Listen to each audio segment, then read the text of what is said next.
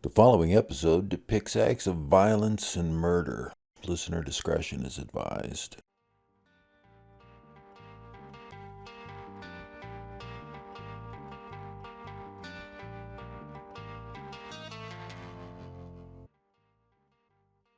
It's around 1:30 a.m. on September 7th, 1973.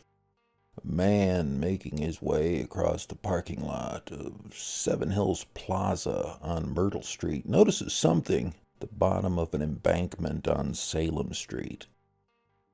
The man takes a closer look and finds the body of 49-year-old Roland Clarkson face up at the bottom of the embankment.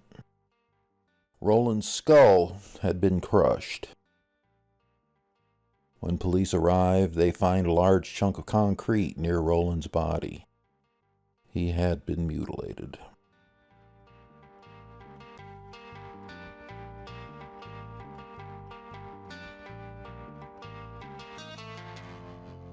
Unsolved Worcester is brought to you by the following sponsors.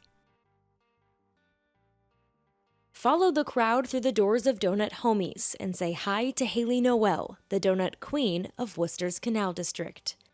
This month, the specialty donut shop features special flavors like chocolate-covered strawberry and red velvet creme brulee. Donut Homies is open inside the Worcester Public Market at 160 Green Street every Wednesday through Sunday at 11 a.m. Online ordering with delivery and pickup options is available at donuthomies.com. Follow Donut Homies on Facebook and Instagram for monthly menu drops, specials, and more. Donut Homies, everything sweeter with the homies.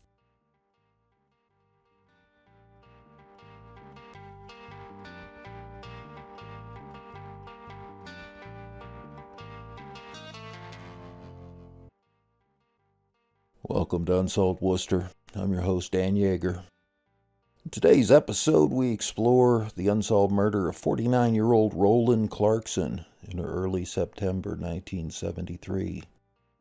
Unsolved Worcester will take a deep dive every Tuesday and Thursday into the unsolved murders and missing persons cases under investigation by the Worcester Police Department's Detective Unit.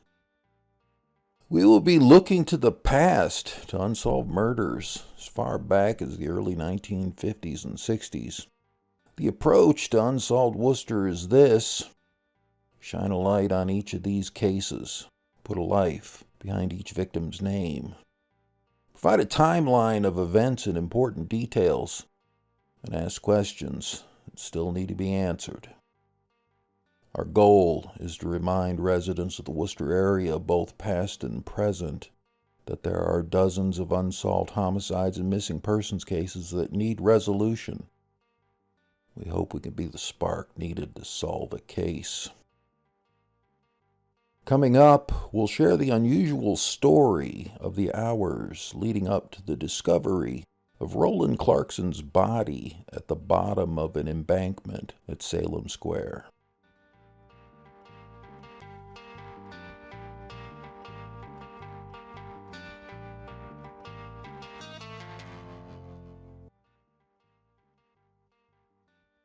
In 1973, Roland Clarkson lived at Our Lady of the Way House, a home for alcoholic men operated by the Catholic Charities at 46 High Street in downtown Worcester.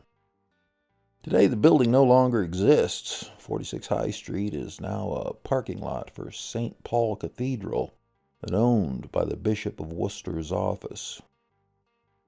At some point during the 24 hours leading up to his murder, Roland got drunk enough to get picked up by police behind the Our Lady of the Way House building.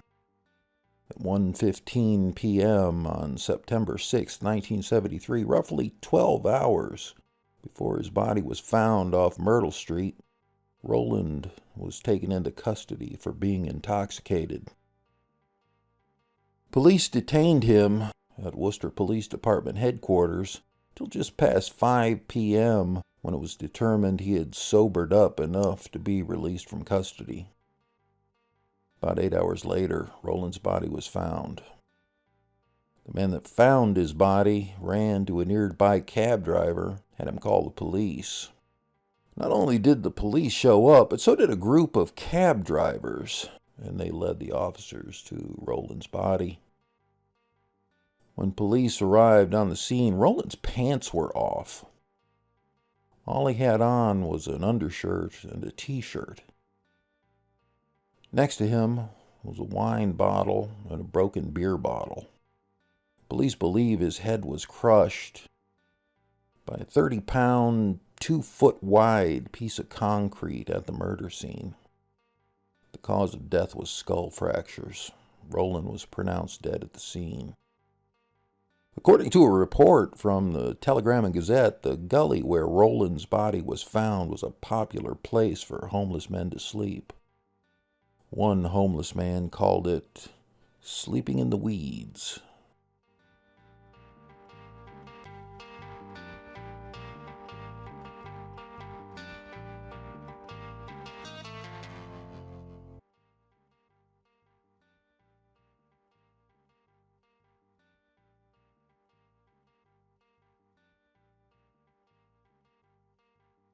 Roland Clarkson was born in Hartford, Connecticut in November 1924. In December 1941, at the age of 17, Roland joined the United States Marine Corps, and the new recruit was quickly called to Parris Island, South Carolina, for training. Roland fought in World War II. When he returned home, Roland moved to Worcester and worked as a side laster at H. Brown Shoe Company on Grand Street, where he met his wife Mary, who also worked the Brown Shoe Company. Roland and Mary got married in May 1946 and moved into a home on Piedmont Street. It's somewhere during the late 1940s and early to mid-1950s where Roland's drinking began to affect his family and his career. By early 1950, Roland was working as a cab driver. In March of that year, he got into a major 3-car collision on Main Street, driving his cab head-on into 2 vehicles traveling in the opposite direction and leaving 3 people injured. In what can only be described as very odd, Roland took an ad out in the Worcester Telegram in October 1951 stating that, "On and after this date, I will not be responsible for any debts contracted by anyone other than myself." The ad is signed Roland J. Clarkson, 10 Piedmont Street. In August 1958, Mary was asking the court for separate support from Roland, meaning Mary would be allowed to live apart from Roland without getting a divorce. In both August and September 1958, the Worcester County Probate Court published a petition by Mary to Roland in the Worcester Telegram for failure to provide suitable support and justifiable cause, and a request to the courts to protect her from any restraint from Roland and grant her custody of their son. 4 years later, in 1962, Mary would again be asking the court for custody of their son.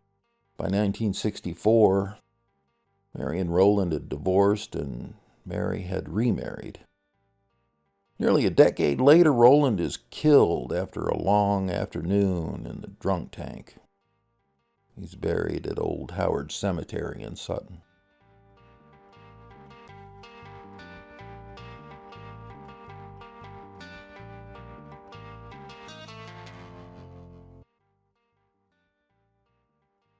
The days following the discovery of Roland Clarkson's body in a gully off Salem Street, police couldn't come up with any new evidence or motives for the murder. Panic set in among the homeless men and alcoholics living in downtown Worcester. Many of the men, casually called the city drunks, in the Sunday Telegram on September 16, 1973, lived in alleys in Worcester's Main South neighborhood near Austin and Chandler Streets. Back then, it was known as Worcester's Skid Row. Several of the men spoke to a Telegram reporter saying they now feared for their lives after Roland's murder. They questioned What type of person would want to kill Roland, who they described as mild-mannered and friendly? Claimed it had to have been some kind of psycho or sadist running around tormenting drunks. Our Lady of the Way House, where Roland lived, and a nearby Salvation Army Center became safe havens for alcoholics and homeless people in the weeks following Roland's killing. Hospital staff and police both agreed drunks were increasingly becoming targets of assault in Worcester in 1973. However, police were quick to say Roland's murder was outside the typical scope of what they described as battering drunks. Worcester Deputy Police Chief John Hanlon told the Telegram he believed Roland's death was the result of Roland's own doing, and not anyone targeting him because he was drunk.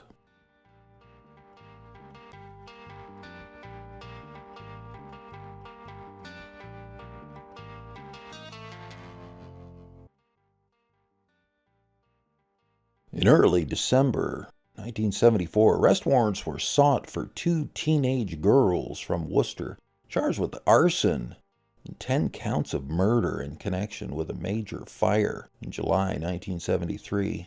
It killed 10 people in an apartment building at 728 Main Street. Additionally, the Juvenile Division Chief of Police sought an additional warrant for one of the girls in the murder of Roland Clarkson in September 1973. 2 girls were already serving sentences in Worcester County House of Corrections on other charges at the time the warrants were requested. The request for a warrant in Roland's murder was apparently denied, but the 2 girls were held on arson and 10 second-degree murder charges for the 728 Main Street fire. There's little information as to why the chief wanted to pin Roland's murder on one of the young women, but according to a report, a pair of Juvenile Division detectives testified that both girls discussed in detail setting the fire at 728 Main Street. It's possible one of the girls could also have mentioned Roland's murder. In June 1975, however, a Worcester Superior Court judge found both girls not guilty when it was discovered that one of the girls was a patient at Worcester State Hospital when the fire broke out, and they couldn't have been at the scene of the fire. The judge said he had strong doubts the girls had anything to do with the fire. Not only did Roland's murder remain unsolved, but there was no one to pin the deaths of 10 other people on either.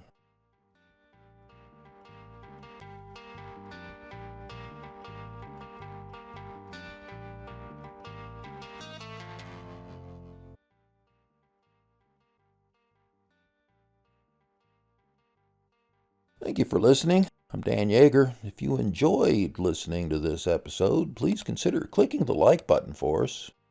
And if you subscribe, the next episodes will show up in your feed. Click the bell on the right and you'll get a notification when the next episode is ready. If you have any thoughts you'd like to share, please leave them in the comments below. We do read all of them and respond to as many as we can. Anyone with information about the murder of Roland Clarkson are asked to contact the Worcester Police Detective Bureau at 508-799-8651 or send an anonymous text to 274-637. Write TIP-WPD and your message, or send an anonymous web-based message at worcesterma.gov/police. Come back in a few weeks for the start of Season 3 of Unsolved Worcester as we dive into our first series of 10 missing persons cases. Keep your eye out for special intermission episodes before Season 3 starts. Be sure to visit Unsolved Worcester on Facebook, Twitter, and Instagram at Unsolved Worcester. Listen to all episodes for free at unsolvedworcester.com and podcast streaming platforms including Spotify, iTunes, and more. Special thanks to the Worcester Public Library, the Worcester Police Department, the City of Worcester, Ron Scott at New England Sky Picks, and our sponsors for making this possible. The Unsolved Worcester podcast music is provided by Tom LaBelzik of the Worcester Jazz Collective. This episode of Unsolved Worcester is written and produced by Pat Sargent. Drone footage provided by New England Sky Picks. Videography and editing by Colin Turner. Victim images are courtesy of the Worcester Police Department. Sponsorship information announcer Chandler Walsh. Be sure to check out the video for this episode with exclusive aerial views and more on our Unsolved Worcester YouTube page. And don't forget to hit that subscribe button. Don't miss another episode. Click the notification button to get alerts when new episodes of Unsolved Worcester drop. This episode is supported in part by a grant from the Worcester Arts Council and the National Endowment for the Arts. To find out more about how National Endowment for the Arts grants impact individuals and communities, visit www.arts.gov.